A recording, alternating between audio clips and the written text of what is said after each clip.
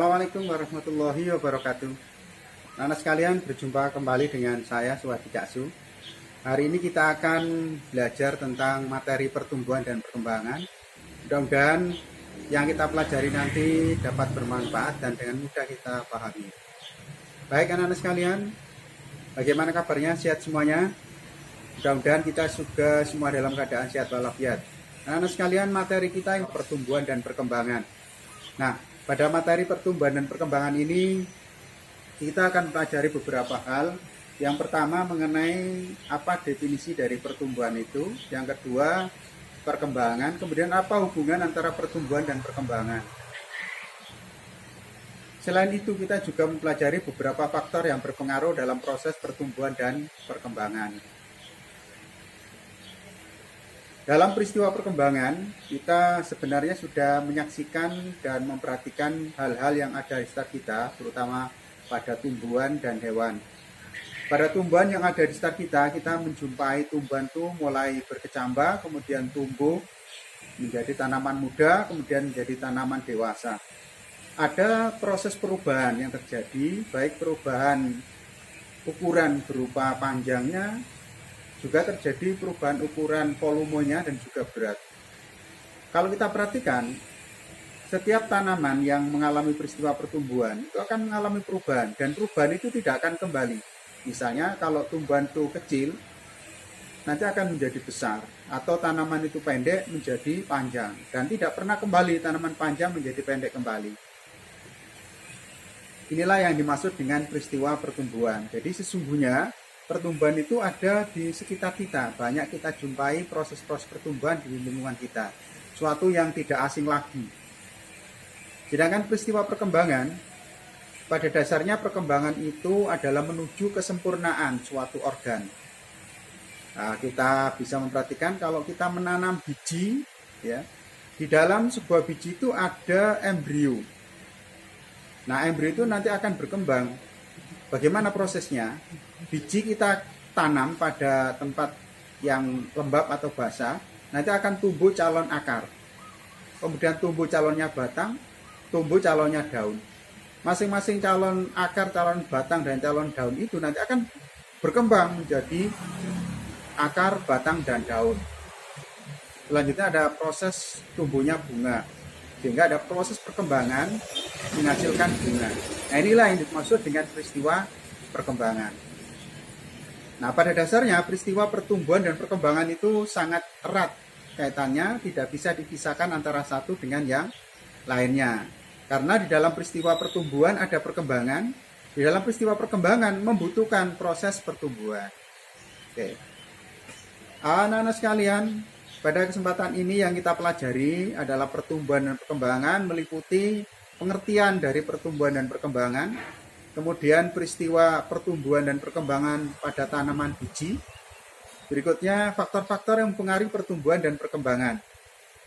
Nah, baiklah kita perhatikan dulu sekilas pengertian dari peristiwa pertumbuhan dan perkembangan. Kita lihat pertumbuhan, ya. Tadi sudah saya singgung di pendahuluan bahwa pertumbuhan adalah proses pertambahan biomasa atau proses pertambahan ukuran yang sifatnya irreversibel, tidak bisa balik atau tetap. Nah, ukuran itu berupa apa saja? Bisa berupa berat, volume, atau bisa juga berupa jumlahnya. Karena pertumbuhan ini berupa ukuran, maka bisa diukur. Nah, sehingga ini merupakan suatu konsep kuantitatif. Dalam penelitian ilmiah, para siswa sekalian nanti dianjurkan untuk melakukan peristiwa percobaan ilmiah dengan melakukan penanaman tanaman. Nah, dalam hal ini nanti kita akan mengetahui bahwa peristiwa pertumbuhan itu ada proses pertambahan. Proses pertambahan itu bisa diukur panjangnya, beratnya. Nah, inilah yang dimaksud dengan konsep kuantitatif, terukur. Sedangkan peristiwa perkembangan ini bisa dikatakan sebagai proses menuju kedewasaan suatu organ. Misalnya organ tanaman, akar, tadinya kan tidak ada akar. Tiba-tiba berkembang menjadi akar. Tadinya tidak ada daun, ada proses perkembangan, ada proses diferensiasi organogenesis menghasilkan daun. Demikian juga bunga dan buah. dan batang ya. Nah, inilah yang disebut sebagai proses perkembangan. Sehingga proses perkembangan ini antara tanaman satu dengan tanaman yang lain, antara organisme satu dengan organisme yang lain, ini tidak bisa diukur sejauh mana proses perkembangan itu sudah terjadi. Dan bagaimana cara mengukur dari proses perkembangan ini, para ahli menemukan kesulitan. Hanya kita menemukan ciri-ciri bahwa makhluk hidup itu telah mengalami proses perkembangan. Oleh karena tidak mudah diukur, maka proses perkembangan ini boleh dikatakan sebagai konsep dari kualitatif. Nah, itulah yang dimaksud dengan proses perkembangan. Anda bisa menyaksikan beberapa proses perkembangan ini pada tanaman, misalnya tanaman jagung dan lain sebagainya. Atau anak-anak sekalian menanam bayam, menanam kangkung, kita akan mengetahui bagaimana proses perkembangan itu terjadi. Proses pertumbuhan dan perkembangan dipengaruhi oleh beberapa faktor, antara lain ada faktor internal dan faktor eksternal. Faktor internal kira-kira apa saja? Nah, faktor internal itu tentu saja faktor yang berasal dari dalam, biasanya ya berupa gen atau hormon. Hormon juga dipengaruhi oleh gen. Setiap individu memiliki karakteristik yang berbeda. Semua karakteristik itu dikendalikan oleh faktor genetik yang terdapat di dalam gen. Gen letaknya di mana? Gen letaknya dalam kromosom.